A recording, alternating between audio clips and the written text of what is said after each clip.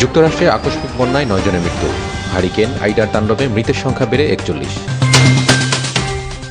যুক্তরাষ্ট্রের উত্তর পূর্বাঞ্চলে ঘূর্ণিঝড় আইডার প্রভাবে ভারী বৃষ্টি এবং আকস্মিক বন্যায় কমপক্ষে 9 জনের মৃত্যু হয়েছে।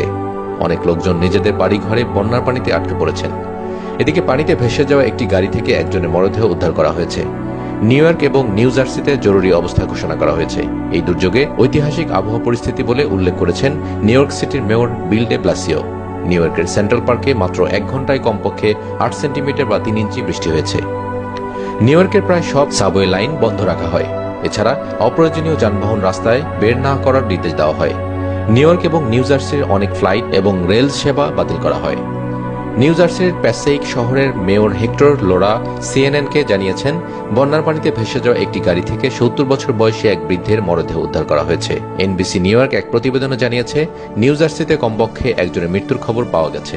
এনবিসি এবং এএফপির এক প্রতিবেদন বলা হয়েছে, নিউ ইয়র্ক সিটিতে 7 জনের মৃত্যু হয়েছে।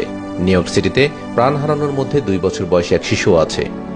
ভয়াবহ বন্যার কারণে রাস্তাঘাটে বিপজ্জনক পরিস্থিতি তৈরি হয়েছে। সামাজিক মাধ্যমে বিভিন্ন স্থানের ছবি ছড়িয়ে পড়েছে। সাবওয়ে স্টেশন, লোকজনের বাড়িঘরের বন্যার পানি ঢুকে গেছে এবং রাস্তাঘাট পানিতে তলিয়ে গেছে। এদিকে নিউ জার্সির কেয়ারনিতে একটি ভবনের ছাদ ধসে পড়েছে। পুলিশ জানিয়েছে, সে সময় সেখানে বেশ কয়েকজন ছিল। উদ্ধারকারী কর্মীরা ঘটনাস্থল থেকে লোকজনকে উদ্ধারের চেষ্টা করেছেন, তবে এটা এখনও পরিষ্কার নয় যে কেউ হতাহত হয়েছে কিনা। লুইজিয়ানা অঙ্গরাজ্যে 240 কিলোমিটার বা 150 মাইল বেগে আঘাত হানে শক্তিশালী ঘূর্ণিঝড় আইডা। তারপর থেকেই যুক্তরাষ্ট্রের বিভিন্ন স্থানে ভারী বৃষ্টি ও আকস্মিক বন্যা পরিস্থিতি তৈরি হয়। ঘূর্ণিঝড় আঘাত হানার আগেই লোকজনকে নিরাপদে আশ্রয় নিতে বলা হয়েছিল।